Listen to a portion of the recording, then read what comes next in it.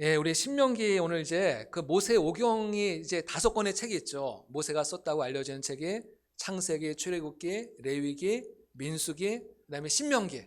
예, 오늘 이제 마지막 신명기를 이제 오늘 다루게 될 텐데요. 이 신명기라는 말의 의미가 뭐냐? 우리가 그런 얘기 많이 하죠. 신신당부를 하다. 들어본 적 있죠? 신신당부를 하다. 중요한 일이 있으면은, 중요한 내용이 있으면은 계속 거듭해서 반복해서 자꾸 이제 말을 해서 이제 잊지 않도록 하라는 거예요. 꼭 기억할 그 중요한 내용들을 이제 신신당부하다. 그런 것처럼 이 신명기라는 말의 의미는 계속 반복하는, 하나님의 계명을 반복하는 그런 말씀인 거예요. 되풀이하고 반복해서 계속 그 말씀을 잊지 않도록, 기억하도록, 마음에 새기도록. 여러분, 그래서 이 반복은 굉장히 중요합니다. 우리 교회 교육의 가장 중요한 원리는 뭐냐면은 반복이에요. 반복. 예. 어떤 분은 목사님이 설교하면은 목사님이 했던 얘기 또 하나 이제 또 그렇게 생각하는 경우가 있거든요.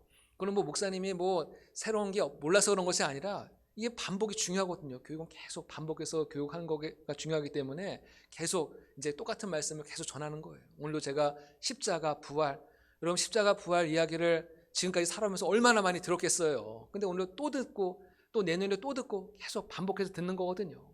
네, 그걸 통해서 우리의 믿음이 조금씩 계속해서 자라나는 거예요. 아멘. 예, 우리 신명기. 그래서 우리 들어가면서 우리 교재 다 받으셨죠? 예, 교재 내용을 같이 한번 읽어보겠습니다. 우리 시작. 신명기는 120세가 된 모세의 고별 설교로 구성되어 있습니다. 신명기는 약속의 땅을 차지하게 될 신세대를 향한 설교입니다. 출애굽을 경험했던 9세대는 그들의 죄악으로 말미암아 광야에서 죽었습니다. 율법에 익숙하지 않은 신세대가 가나안의 주역으로 등장함에 따라 율법 재교육의 필요성이 대두되었습니다. 이에 모세는 과거에 주어졌던 율법들을 반복하여 교육함으로써 신세대로 하여금 약속의 땅을 차지할 만한 성숙한 선민으로 준비할 수 있게 했습니다. 무엇보다 하나님의 백성들은 하나님께 순종하는 것이 가장 근원적인 본분임을 역설하고 있습니다. 예, 그래서 이 출애굽기에 보면은 모세와 이스라엘 백성들이 이제 홍해 바다를 건너서 시내산에 머물 때 하나님께서 이 모세를 통해서 모세가 시내산에 올라가서 40일 동안을 금식 기도할 때 하나님께서 모세에게 십계명을 주시잖아요.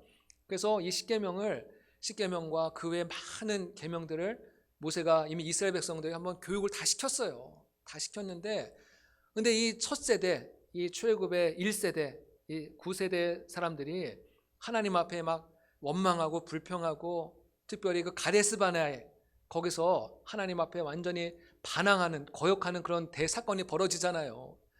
그 이스라엘 백성 가운데 정탐꾼 12명의 정탐꾼을 가나안 땅에 보냈는데 그 10명의 정탐꾼이 돌아와서 똑같은 걸 보고 왔는데 10명의 정탐꾼이 그 가나안 땅에 대해서 악평하고 불평하고, 그러니까 이스라엘 백성들이 전체가 막 들고 일어나서 이 모세를 막 죽이려고 하고 또 새로운 지도자를 세워서 우리 다시 그냥 애굽으로 돌아가자. 더 이상 우리 가나안 땅에 못 들어가겠다.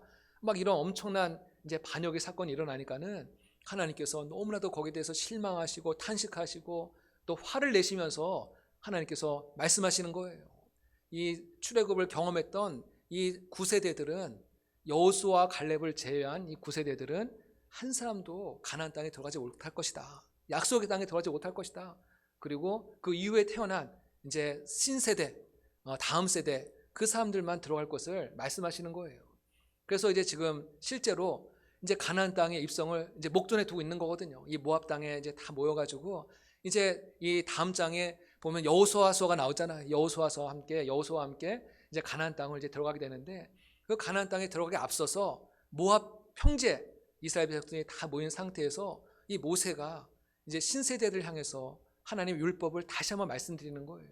이 신세대는 아직 그 부모님 세대의 율법에 대해서 잘 모르고 있으니까는 이 신세대를 향해서 모세가 다시 출애굽기, 레위기, 민수기에서 언급했던 그 율법의 말씀을 다시 언급하면서 그들에게 이제 교육을 시키고 있는 거거든요. 그래서 오늘 신명기의 내용을 이제 가만히 우리 따라오다 보면은 이거 지난번에 한번 다뤘던 내용인데, 지난번에 한번 이제 이미 언급했던 내용인데 아마 이렇게 중복된 내용들이 많이 있을 거예요. 그래서 제가 말씀드렸죠. 예, 우리의 교육은, 신앙의 교육은 계속해서 반복하는 것이고 되풀이하는 것이다. 그걸 이제 말씀드렸는데 오늘 신명기가 바로 이제 그런 내용을 담고 있다는 거예요.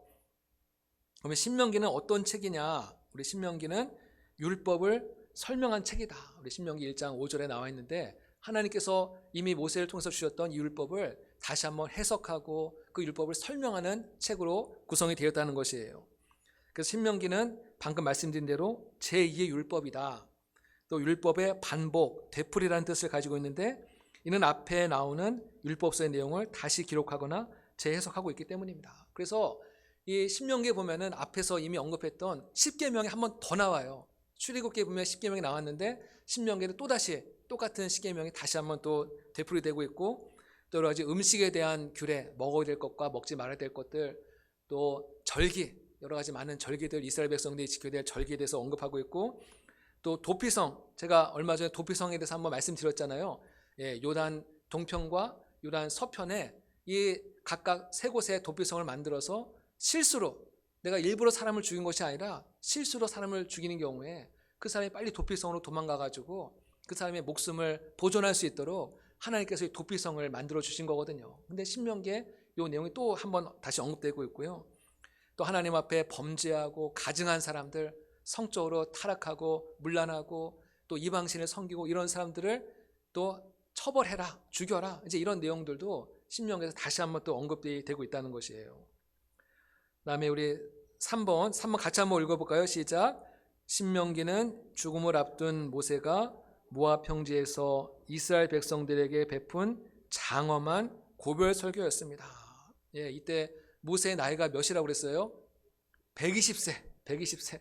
그러니까 아마 목소리도 잘 들리지 않았을 것 같아요. 근데 어떻게 이게 백성들에게 어떻게 전달되는지는 모르겠지만은 그 어마어마한 한 거의 200만에서 300만이나 되는 그 백성들에게 어떻게 모세의 말이 다 전달되는지 모르겠지만은 어쨌건 이제 모세가 이제 임종을 앞두고 우리 신명기 이제 마지막 장에 보면은 모세가 이제 임종하는 장면이 나오거든요. 그 임종을 앞두고 이제 고별 설교를 하는 거예요.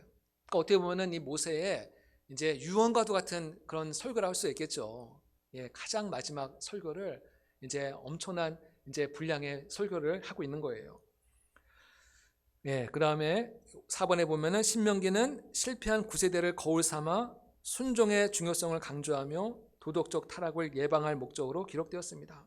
그러니까 신명기의 가장 중요한 이제 목적 중에 하나는 뭐냐면은 너희의 그 부모님 세대를 거울로 삼으라는 거예요. 우리 타산지석이란 말 있죠. 타산지석. 그다음 반면교사란 말이 있어요. 내가 저렇게 살면 안 되겠구나. 우리도 저렇게 살면은 망하겠구나. 그러니까 우리가 성경에서 말씀을 읽으면서 어떤 것을 배우냐면요. 하나님 말씀에 순종해서 복을 받는 사람도 우리가 배우지만은 하나님 말씀에 불순종해서 하나님 앞에 심판을 받고 매를 맞고 벌을 받는 사람들 통해서도 우리가 또 배우는 거예요. 뭔가 하나님이 이렇게 살아가면은 굉장히 싫어하고 이렇게 살아가면 하나님의 회초리가 들어오는구나. 그걸 보면서 우리가 그 길을 피하고 이렇게 살아갔더니 하나님께서 우리에게 복을 주시고 길을 열어주시고 은혜를 주시는구나. 우리가 거울로 삼아서 우리가 그 길을, 믿음의 길을 걸어가는 거거든요. 아마 그렇게 생각하는 분이 많이 계실지 모르겠어요. 우리가 왜 우리나라 역사도 잘 모르는데 남의 나라 역사, 이스라엘의 역사, 왜 남의 나라 역사를 우리가 굳이 왜 배우냐. 아마 그렇게 생각하는 분이 계실지 모르겠어요. 왜냐하면 이스라엘의 백성은 단지 이스라엘 한 나라의 역사가 아니라 그 안에 하나님이 개입하시고 하나님이 역사하시는 영적인 백성이기 때문에 그 말씀대로 순종하면 하나님 앞에 은혜와 복을 받고 말씀에 불순종하면은 어마어마한 심판이 가해지는 것을 우리가 이 말씀을 통해서 배우고 우리가 믿음의 길을 걸어가라는 거예요.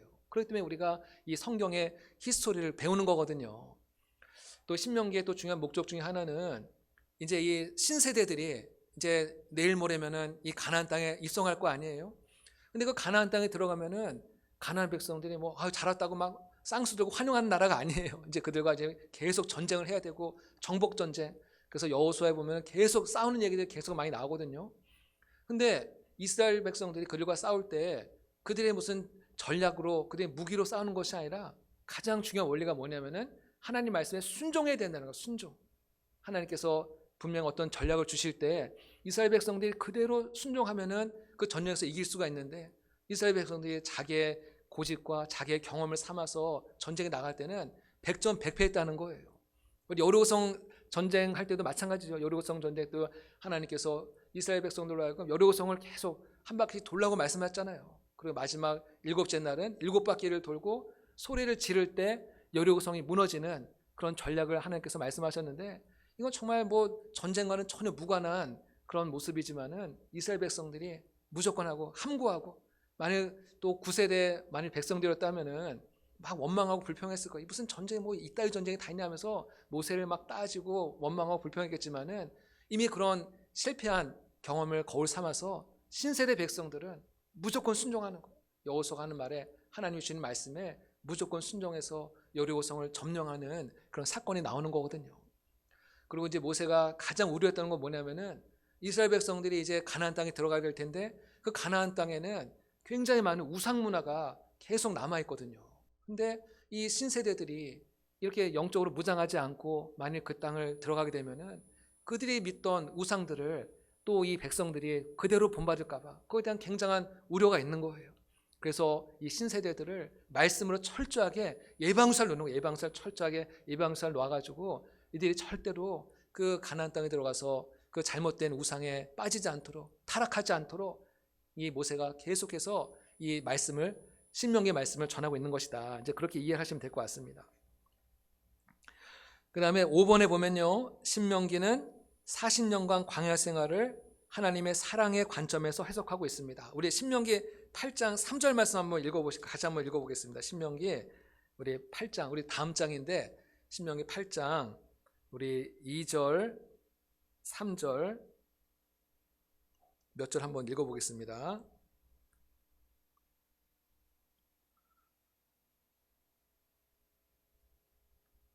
예, 우리 신명기 2장 8장 2절 3절 같이 한번 읽어보겠습니다. 시작. 내 하나님 여호와께서 이 40년 동안에 내게 광야길을 걷게 하신 것을 기억하라. 이는 너를 낮추시며 너를 시험하사 내 마음이 어떠한지 그 명령을 지키는지 지키지 않는지 알려 하심이라.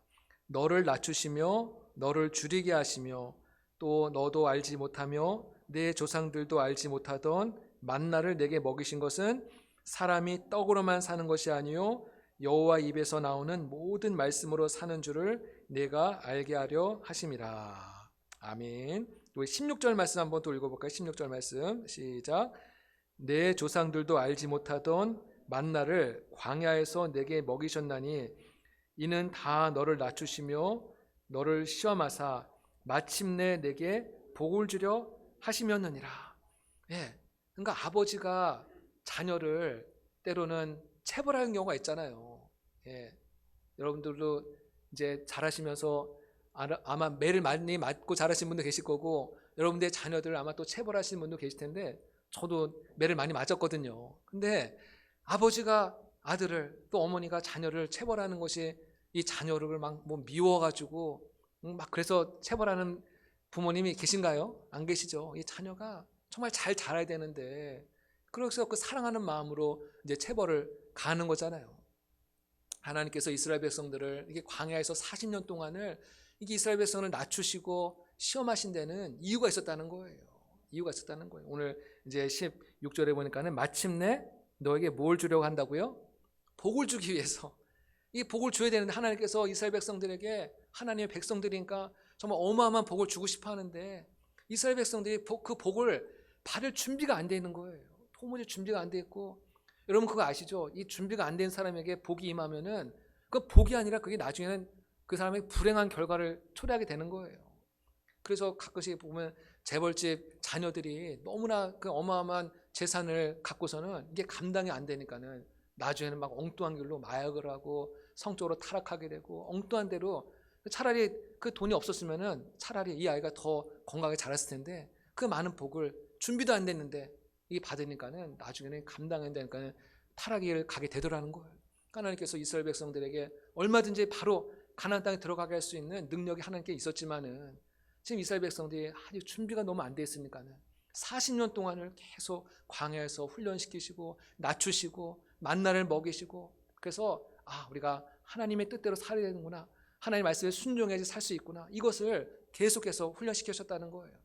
그러니까는 이 광야 40년의 이 생활은 물론 겉으로 볼 때는 하나님이 주는 어떤 징벌이고 심판이기도 하지만은 그것이 하나님의 본심이 아니라는 거예요. 하나님 본심은 이스라엘 백성들을 아끼시고 사랑하시는 아버지의 마음으로 이스라엘 백성들을 이렇게 낮추시고 또 시험하셨다. 우리가 또 믿음 살아다 보면 때로 하나님께서 우리 낮추실 때가 있어요. 우리 막 낮추시고 나에게 왜 이러나 하나님께서 나는 정말 내가 원치 않는 길로 하나님께서 인도하실 때도 있고 하나님께서 우리를 낮추시는 거거든요. 그때 우리는 하나님께 막 원망하고 시험 들고 하나님 나를 버리셨나, 하나님 나를 사랑하지 않나 보다. 그것이 아니라 그 안에 하나님의 정말 본뜻이 숨어있다. 하나님의 본심은 무엇인가. 예레미야서 29장에 보면은 하나님께 우리를 향하신 하나님의 생각을 내가 아나니 평안이요 재앙이 아니니라. 너에게 미래와 소망을 주는 것이다. 예레미야서 29장 11절에 그 말씀이 있거든요. 하나님께서 우리에게 주시고자 하는 것은 우리에게 평안함을 주시고 미래와 소망을 주시는 것이, 이것이 하나님의 본뜻임을 오늘 또 신명기에서도 그대로 말씀하고 있는 거예요. 아멘. 예, 그래서 이런 얘기가 있습니다. 한 아버지와 아들이 있는데 이 아들이 하도 참 말썽을 피우니까는 아버지하고 약속을 했어요. 너 또 한 번 잘못하면은 너를 이제 벌을 주겠다. 그래서 그 어둡고 차가운 다락방에 너를 보내겠다. 이런 거예요. 근데 이 아들이 또 막 장난치다가 또 똑같은 실수를 한 거예요. 또 잘못을 한 거예요. 그러니까 이제 아버지가 체벌을 해야 되잖아요. 그래서 너 빨리 다락방에 올라가서 거기서 잠을 자라고 그러는 거예요. 그러니까 엄마는 너무 심한 거 아니냐고, 애가 놀다 보면 그럴 수도 있지. 근데 아버지는 그게 아니에요. 이거 여기서 또 한 번 이렇게 봐주고 그냥 넘어가면은 얘가 버릇을 고칠 수가 없는 거거든요. 근데 이 아들을 이제 아무도 없는 그 차가운 그 다락방에다 올려 보낸 거예요. 그 아들이 막 추워서 덜덜덜 떨면서 이렇게 있는데 잠시 후에 문이 열리면서 아버지가 들어오면서 그 아들과 옆에서 그 아들을 꼭 끌어안고 함께 잠이 드는 거예요. 그 아들의 눈에서는 눈물이 돌았겠죠. 예, 아버지가 아들을 체벌을 하고 벌을 주지만은 그 체벌하는 그 현장 속에 아버지가 함께 하심으로 이 아들의 잘못도 또 고치고 교육도 하고 또 아버지의 사랑도 함께 거기서 느끼게 되는 이제 그런 이야기가 있습니다. 하나님이 우리를 심판하시고 어려움을 주는 그 삶의 현장 속에서도 하나님 우리를 뭐 멀리서 방관하시거나 우리를 외면하시는 것이 아니라 우리의 그 고통의 현장, 눈물의 현장 속에 하나님 같이 찾아와 주셔서 우리를 위로해 주시고 그 고난 가운데 함께 동참하신 하나님이라는 사실을 우리는 한시도 잊어서는 안 될 줄로 믿습니다. 예, 그 다음에 6번에 보면까는 신명기는 새로운 시대를 맞이하는 신세대를 향한 간곡한 설교였다. 계속 이제 똑같은 말씀 이제 전하고 있고요. 그 다음에 신명기를요, 신약 성경에서 이 신명기 말씀을 무려 80번이나 이제 인용을 하는 것을 보게 됩니다. 제가 방금 신명기 8장 3절 말씀 읽었는데 이 말씀, 사람이 떡으로만 살 것이 아니요 하나님의 입에서 나오는 모든 말씀으로 살게 하려 함이라.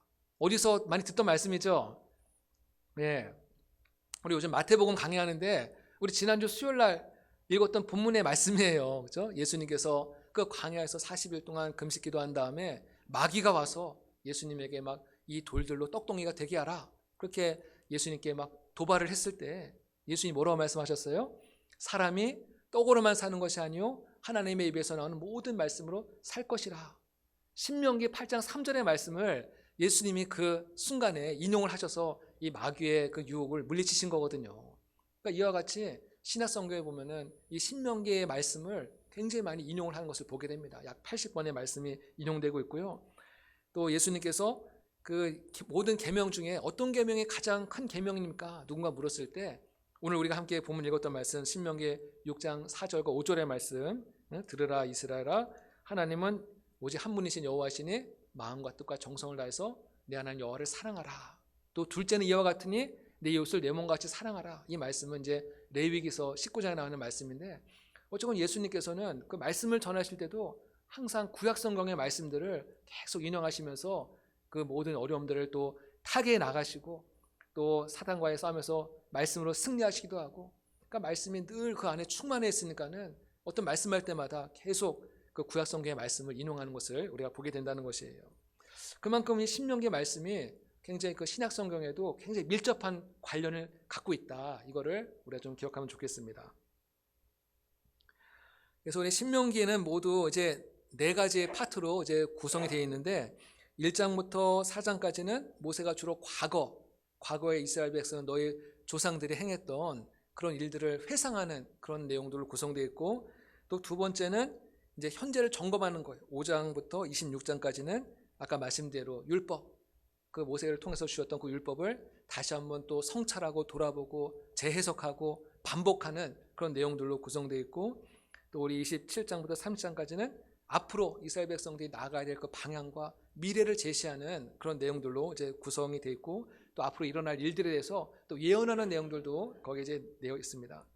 그다음에 31장부터 34장까지는 이제 모세의 마지막 이제 은퇴, 고별사, 또 이 모세가 이스라엘 백성들에게 또 축복하는 예언하는 그런 내용들이 33장에 등록되어 있거든요. 그리고 마지막 34장에 가서 드디어 모세가 이제 죽음을 맞이하는 사건을 이제 굉장히 순차적으로 기록을 하고 있는데요. 그 모세는 120세에 이제 임종을 맞이했는데, 근데 성경에 보면은 그가 죽을 때에도 눈이 흐리지 않고 기력이 쇠하지 않았다, 그런 말씀이 있어요.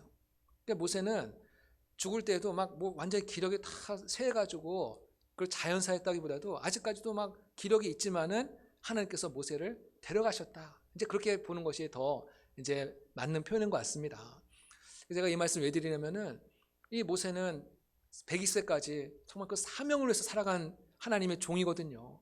그래서 하나님의 사명을 위해서 사는 사람은 하나님께서 정말 건강을 지켜주시고 그 모든 일들을 감당할 수 있도록 하나님께서 계속 힘을 주시고 은혜를 주시는 거예요. 은혜를 주시는 거예요. 우리가 사명을 위해서 살아갈 때, 여러분들도 주님의 일을 위해서 살아갈 때 하나님께서 우리의 가정을 지켜주시고, 여러분의 건강을 지켜주시고, 여러분의 또 산업을 지켜주시고, 여러분의 어떤 기업을 운영한다고 하면요, 하나님께서 그 기업을 잘 되도록 하나님께서 밀어주시고 도와주신다는 거예요. 내가 하나님을 다 뒷전으로 제껴놓고 내가 열심히 건강관리하고 내가 열심히 돈 번다고 해서 되는 일이 아니거든요. 그래서 우리는 항상 하나님께서 우리에게 맡겨주는 그 사명, 그 일을 우리가 더 우선해서 감당할 때 먼저 그의 나라와 그 일을 구하라, 그러면 이 모든 것을 너에게 더해 주신다 말씀하셨잖아요. 그게 하나님께서 일하시는 원리인 거거든요. 그래서 저는 우리 산남교회 모든 성도들이 정말 주님을 위해서 또 주의 몸된 교회를 위해서 열심히 충성하시고 힘쓰실 때 하나님이 채워주시고 하나님이 갚아주시고 하나님이 은혜 주시는 것을 여러분들이 정말 간증하는 일들이 있기를 축복합니다. 그래서 요즘 참 감사한 거는 요즘 계속 헌금이 올라오는데, 목적 헌금, 그 우리 냉장고 구입하는 목적 헌금이 계속 올라오고서 얼마나 참 감사한지 모르는데, 그 감사함을 드릴 때마다 하나님께서 더 많은 것들로 채우시는 은혜가 함께 하시기를 축복합니다. 우리 신명기에서 가장 중요한 그 단어가 있어요. 그 단어는 뭐냐면 두 가지로 압축할 수가 있는데, 하나는 기억하라, 기억하라. 우리 아까 방금 읽었던 신명기 8장 우리 8절에 보니까는 하나님께서 2절에 보니까는 이 40년 동안 내게 광학길을 걷게 한 것을 기억하라. 보면요, 계속 기억하라, 기억하라. 여러분, 이 신앙은 기억하는 겁니다. 신앙은 기억하는 거. 하나님께서 내게 베푸신 은혜, 내게 베푸신 사랑, 내게 정말 또 기도 응답을 해줬던 그 하나님의 은혜를 우리는 꼭 기억을 해야 돼요. 우리 사람은 누군가 나에게 잘해준 거는 다 잊어버리고, 누군가 나에게 섭섭하게 한 거는 오랫동안 아주 평생을 기억하잖아요. 평생 기억하잖아요. 그래서 뭔가 조금만 어떤 일만 있으면은 그것 때문에 과거에 네가 나한테 이랬지 하면서 자꾸만 그 섭섭했던 것만 말을 하거든요. 사실은 얼마나 은혜 베푼 것도 많이 있는데, 부모님에 대해서 그런 경우가 많이 있잖아요. 부모님이 나에게 잘해준 것을 하나도 기억 안 하고, 부모님이 나에게 뭔가 섭섭하게 한 거, 응? 내 형이나 언니한테는 잘해주고 나한테는 그냥 입던 옷이나 물려주고 이랬던 거, 자꾸 이랬던 것만 기억하니까는 자꾸만 섭섭해지는 거거든요. 하나님도 마찬가지인 것 같아요. 하나님께서 나에게 베푸신 은혜를 기억하는 거. 그래서 시편 103편에 보면은 내 영혼아 여호와를 송축하며 그의 모든 은택을 잊지 말지어다. 하나님께서 내게 베푸신 은혜를 잊으면 안 돼요.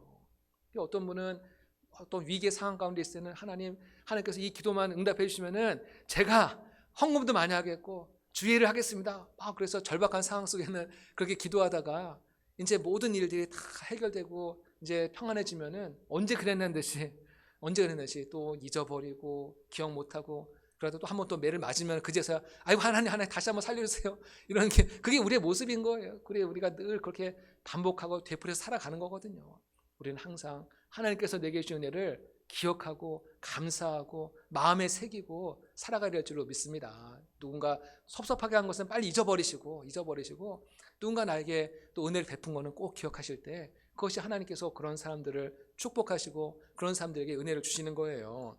그래서 그 탕자 이야기 아시잖아요. 우리 탕자가 그 부모님의 재산을 다 미리 받아가지고 이제 외국에 나가서 다 허랑방탕한 생활하고 재산도 잃고 건강도 잃고 완전히 나중에는 돼지들이나 먹는 쥐염열매를 먹고 비참하게 살아가는데, 근데 탕자가 한 가지 잘한 것이 있습니다. 뭘 잘했냐? 아버지를 기억했다는 거예요. 아버지 집을. 아버지 집에는 그 품꾼들, 거기서 일하는 노예들도 얼마나 풍족하게 먹고 사는데 나는 여기서 줄여 죽는구나. 그걸 기억했다는 거예요. 그리고 돌이켜서 아버지의 집으로 다시 돌아가잖아요. 이 신앙은 기억하는 것이다. 항상 여러분 하나님께서 주신 은혜를 꼭 기억하시며 살아가시기를 바랍니다. 그 다음에 또 신앙은 순종이다. 이 신명기에서 계속 강조하는 것이 순종. 이따가도 잠깐 나오겠지만요, 우리 신명기 28장 말씀은 이제 축복장이에요. 축복. 한번 따라해 볼까요? 축복장. 신명기 28장. 그래서 예전에 과거에는 그 목사님들이 기도할 때 이 축복의 기도를 많이 하셨어요. 들어가도 복을 받고 나가도 복을 받고 떡반죽 그릇이 복을 받고 광주리가 복을 받고, 이런 기도 많이 했던 거 기억나세요? 이렇게 이제 신명기 28장에 나오는 그 축복의 내용이거든요. 그런데 신명기 28장에는 전반부에는 이 축복의 말씀으로 기록되어 있지만은, 근데 후반부에는, 같은 28장인데 후반부에서는 사실 저주에 대한 내용도 많아요. 하나님 말씀에 순종하고 그 말씀대로 살아가면은 너에게 이런 복이 임할 것이다 하면서 이제 축복에 관한 메시지도 많이 나오지만은, 반면에 우리가 하나님 말씀에 불순종하고 우상을 섬기고 엉뚱한 길을 가게 되면은 또 너희에게 이런 또 저주가 임하리니, 그런 말씀이 나와요. 들어가도 복을 받았는데 불순종하면은 들어가도 저주를 받고 나가도 저주를 받고, 똑같은 패턴의 말씀이 나오는 거거든요. 그래서 우리가 하나님 말씀에 순종하는 길, 그것이 복을 받는 길이다. 이거를 신명기는 계속 그거를 강조하고 있는 거예요. 그 나중에 이제 훨씬 시간이 지나고 나서 이제 왕정 시대가 되었을 때도 이 왕들이 신명기의 말씀을 또 근간으로 해서 그들이 나라를 세우는 굉장히 중요한 밑바탕을 이 신명기 위에다가 나라를 세웠다는 거예요. 그래서 우리가 이렇게 나라가 어려움을 처하고 또 큰 위기를 만난 것은 우리가 신명기에 나와 있는 하나님의 말씀에 우리가 순종하지 않고 우리가 우상을 숭배하고 하나님의 길을 가지 않았기 때문에, 믿음의 길을 가지 않았기 때문에 우리에게 이런 위기가 찾아오고 어려움이 찾아온 거구나. 그래서 왕들이 이 신명기의 말씀을 통해서 그들이 회개하고 옷을 찢고 회개하고 다시금 하나님께로 돌아가는 그런 이제 회개 운동이 일어났었거든요. 그때 이 신명기의 말씀을 보고서 그들이 회개했던 것이죠. 주요 9절 우리가 함께 읽은 말씀인데요. 우리 신명기 5장의 말씀, 신명기 5장 10계명을 이제 다시 한번 이제 되풀이하는 내용이고, 쉐마, 이 쉐마라는 건 들으라예요. 들으라. 들으라, 듣는다. 그래서 이 사무엘이라는 이름 있잖아요. 쉐마, 사무엘. 이거는 하나님이 들으셨다. 이 한나의 기도를, 내 기도를 들으셨다. 이 쉐마는 들으라. 우리가 귀로도 듣지만은 마음으로 들어야 되겠죠. 우리가 한 귀로 듣고 한 귀로 흘려보내는 것이 아니라 이 들은 말씀을 마음에 새기고 그 말씀대로 우리가 살아갈 것을 말씀하는 거예요. 우리 다시 한번 읽어볼까요? 시작. 이스라엘아 들으라. 우리 하나님 여호와는 오직 유일하신 여호와이시니 너는 마음을 다하고 뜻을 다하고 힘을 다하여 내 하나님 여호와를 사랑하라. 아멘. 그 다음에 신명기는 하나님의 백성으로서의 정체성, 하나님께서 너희는 나의 성민이다, 거룩한 백성이다, 내가 택한 백성이다, 이런 정체성에 대해서 말씀하고 있고요. 또 제가 지난주에도 말씀드렸지만은 이 율법의 말씀 보면은 뭐 말씀을 지키면 순종하면 축복을 받고 또 불순종하면 벌을 받는다, 이런 내용들도 많이 있지만요, 이 특히 율법서에 보면은 하나님께서 약자들에 대해서 굉장히 관심을 갖고 있다는 것을 보게 됩니다. 약자들, 뭐 고아라든지 과부라든지 나그네라든지 이런 사회적 약자들이 있잖아요. 우리나라에도 얼마나 우리 주변에 약자들이 많이 있잖아요.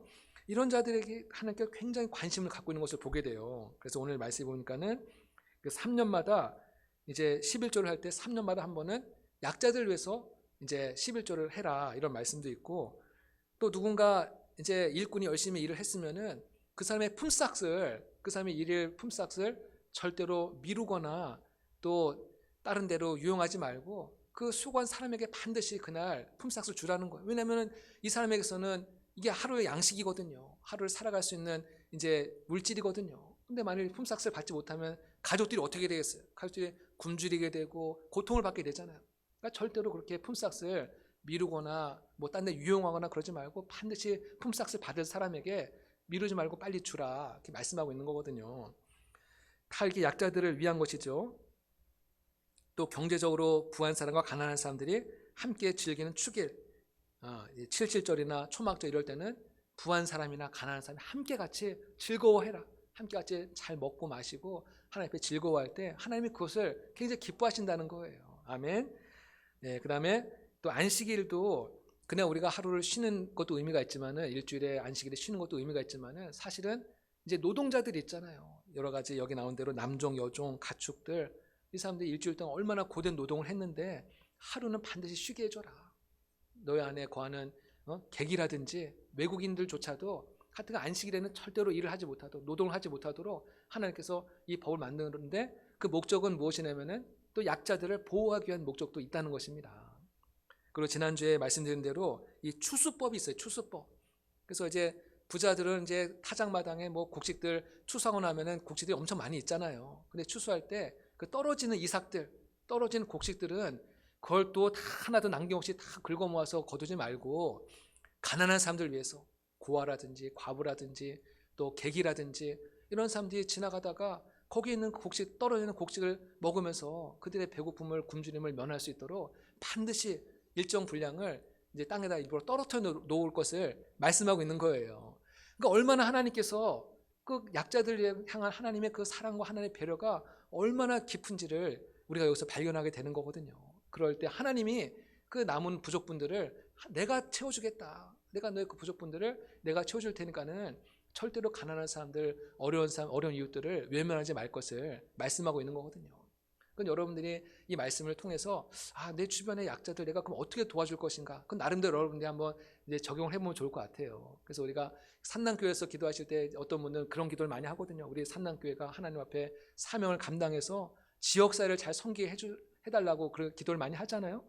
지역사회를 잘 섬기는 것 중에 하나가 우리 지역사회, 우리 경내에 있는 사람들 가운데 정말 이렇게 굶주리고 궁핍한 분이 있다면은 우리 산남교회가 그들 향해서도 또 손을 내밀어주고 또 그들을 도와주는 거, 그것이 우리 교회가 감당해야 될 굉장히 귀한 사명 가운데 하나거든요. 그래서 저는 뭐 지금 막 우리 교회 여러 가지 또 어려움도 있어서 당장 못할지라도 우리가 그 일을 하나하나씩 더 관심을 갖고 우리 주변에 어려운 분들이 없는지 한번 돌아보고, 또 여러분들도 혹시 그런 분들이 있으면은 또 저한테 알려주시면은 또 저희도 함께 같이 함께 돕는 일에 또 마음을 모으면 좋겠다. 저 그런 마음을 갖고 있습니다. 아멘. 네, 그래서 하나님 앞에 복을 받는 길은 순종하는 것이다. 아까 제가 신명기 28장 말씀도 전해드렸는데 11장과 28장과 30장 요 세 장, 그리고 곳곳에 계속 그런 말씀들이 나오는데 그걸 통해서 하나님 말씀에 순종할 때 하나님께서 우리에게 복을 주신다 말씀하고 있는 거예요. 또 모세의 죽음을 이제 기록하고 있고요. 시간이 굉장히 빨리 가네요. 근데 시간이 왜 이렇게 빨리 가죠? 예, 아이고, 그래요. 제가 빨리 하겠습니다. 예, 그 다음에 우리 모세는 누군가, 우리 지난주에 말씀드린 대로 40년간 이스라엘 백성들을 인도했지만은 정작 이 모세는 정말 그렇게 들어가고 싶었던 가나안 땅을 못 들어가는 거예요. 왜 그랬어요?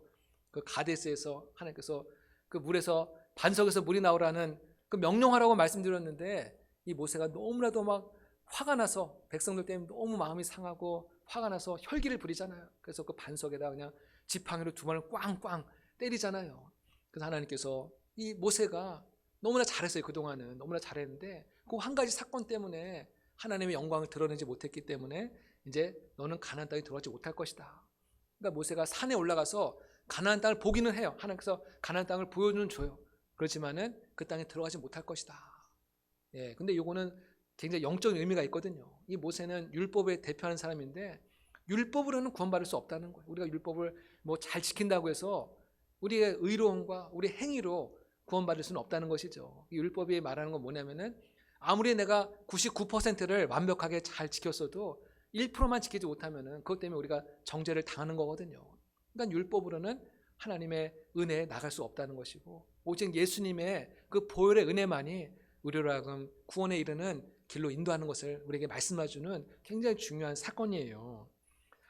그 다음에 모세는 하나님과 백성 사이에서 중보하였다. 하나님께서 이스라엘 백성들이 범죄할 때마다 어떤 일을 하려고 했냐면은 내가 저 이스라엘 백성들 완전히 다 싹쓸이해버리고 너를 통해서 새로운 민족을 이루게 하겠다. 하나님께서 그 정도로 막 굉장히 화를 내신 적이 있었거든요. 근데 모세가 그때 하나님 앞에 하나님 그러시면 아니 되옵니다 하면서 하나님 앞에 하나님을 막 말리는 장면이 나와요. 하나님 차라리 제 이름을 하나님의 그 생명책에서 지워버릴지라도 정말 저 백성들을 저렇게 멸하시면 안 됩니다. 하나님 앞에 막 하나님과 백성 사이에서 중보하면서 그 백성들을 심판하려는 하나님의 그 계획을 이 모세가 막는 사건이 나오거든요. 그만큼 모세가 굉장히 백성들을 아끼고 사랑했다는 증거죠. 예, 그리고 또 모세 이후에는 모세와 같은 선지자가 일어나지 못했다. 예, 이 모세는 출애굽기 33장 11절에 보면은 친구와 얘기하듯이 하나님과 하나님과 계속 소통하고 대화하고 하나님의 명령을 또 백성들에게 전하고 이런 역할들을 했다는 것이에요.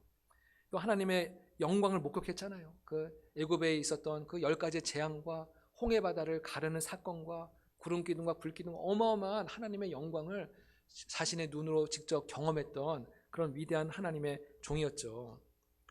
그 다음에 모세가 정말 영광스러운 직분이었던 건요, 우리 1500년 모세가 죽은 이후에 1500년 후에 이제 예수님께서 이 땅에 오셔서 사역을 하는데, 그 예수님께서 이제 변화산에 올라가셔서 산에 올라가셔서 제자들과 올라가셔서 기도할 때 예수님의 모습이 굉장히 정말 환한 모습으로, 밝은 모습으로 이제 변화가 되거든요.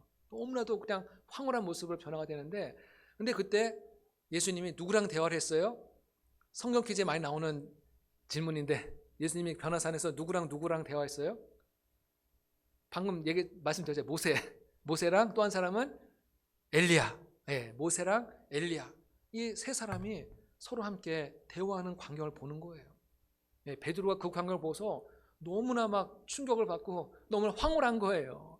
그러니까 모세가 1500년 후에 예수님의 그 기도하는 가운데 예수님께 나타나서 함께 대화하는 정말 그런 영광스러운 그런 자리에 올라앉게 되었다. 이거를 말씀하는 거거든요. 그러니까 모세가 정말 이 구약 성경에 율법을 대표하는 사람이고 엘리야는 또 선지자를 대표하는 사람인데, 예수님께서 그 두 명과 함께 앞으로 되어질 일들을 함께 의논하는 그런 장면을 성경에서 말씀하고 있는 거예요. 우리 7번에 보면은 모세는 세상의 부귀영화를 거부하고 믿음의 길을 택하였습니다. 이 모세가 그 바로의 궁전에서 애굽의 왕자로서 얼마든지 부귀영화를 누릴 수 있는 그런 특권과 권리가 있었음에도 불구하고 하나님의 백성으로 고난받는 길을 선택했다. 이거를 말씀하고 있는 거예요. 이거 바로 그 마지막 절에 보니까는 애굽의 모든 보화보다 더 큰 재물로 여겼다. 그리스도를 위하여 받는 수모를 애굽의 모든 보화보다 더 큰 재물로 여겼으니 이는 상주심을 바라봅니다. 예, 그래서 우리는 이 땅에서 사람들에게 인정받고 박수받고 칭찬받는 것이 아니라 정말 우리는 상주시는 주님을 바라보면서 우리는 믿음의 길로 걸어가야 될 줄로 믿습니다. 예, 우리 신명기에는 이제 세 가지의 구속 사역의 이제 모형이 있는데 예수님과 이 모세가 굉장히 어떤 유사성이 있다는 것을 말씀하고 있는데요. 우리 두 번째를 잠깐 보면은 이 모세는 세 가지의 직분을 감당했는데, 선지자의 직분, 하나님의 말씀을 이제 대신 증거하는 선지자의 직분과 또 제사장직, 아까 말씀드린 대로 하나님과 백성 사이에서 중보하는 제사장의 직분을 감당했고, 또 왕의 직분을 감당했는데, 이것이 예수님의 그 삼중직, 선지자와 제사장과 왕의 직분, 이 세 가지 직분을 감당한 예수님과 굉장히 유사성이 있다는 거예요. 그래서 모세가 바로 앞으로 오실 예수님에 대한 하나의 예표적인 인물이라는 것을 말씀하고 있고요. 또 모세와 예수님의 유사성이 있는데, 모세도 그랬고 예수님도 그랬고 이분들이 출생하는 그 어간에 유아 살해 사건이 있었어요. 그 최고 권력자가 어린아이들, 갓난아이들을 죽이는 사건이 있었잖아요. 모세 때도 그랬고 예수님 때도 그랬고, 또 이제 유사성이 있다는 거예요. 또 동족들에게 배척을 당하고, 또 모세도 그렇고 예수님도 그렇고 이스라엘 백성들을 구원하는 그런 사역을 감당하였다. 이거를 말씀하고 있습니다. 예, 우리 이제 마무리하면서 같이 한번 읽어보겠습니다. 마무리하면서 같이 한번 읽어볼게요. 시작. 신명기에는 출애굽기, 레위기, 민수기 등 앞에서 언급했던 내용들을 다시 한번 반복함으로써 백성들이 하나님을 기억하고 순종할 것을 계속해서 강조하고 있습니다. 이와 같이 신앙은 기억하는 것이고 순종하는 것입니다. 순종하는 자에게 주시는 하나님의 축복은 옛날이나 지금이나 변함이 없습니다. 모세가 하나님의 뜻에 전적으로 순종함으로 하나님의 대업을 이루었듯이 우리도 하나님께 순종함으로 하나님을 영화롭게 하는 삶을 살아야겠습니다. 아멘. 예, 우리 같이 기도하고 마치도록 하겠습니다. 하나님 아버지 감사합니다. 오늘 또 이렇게 신명기의 말씀을 통하여서 또 우리에게 많은 것들을 깨닫게 하시고 보여주시고 알려주시니 감사합니다.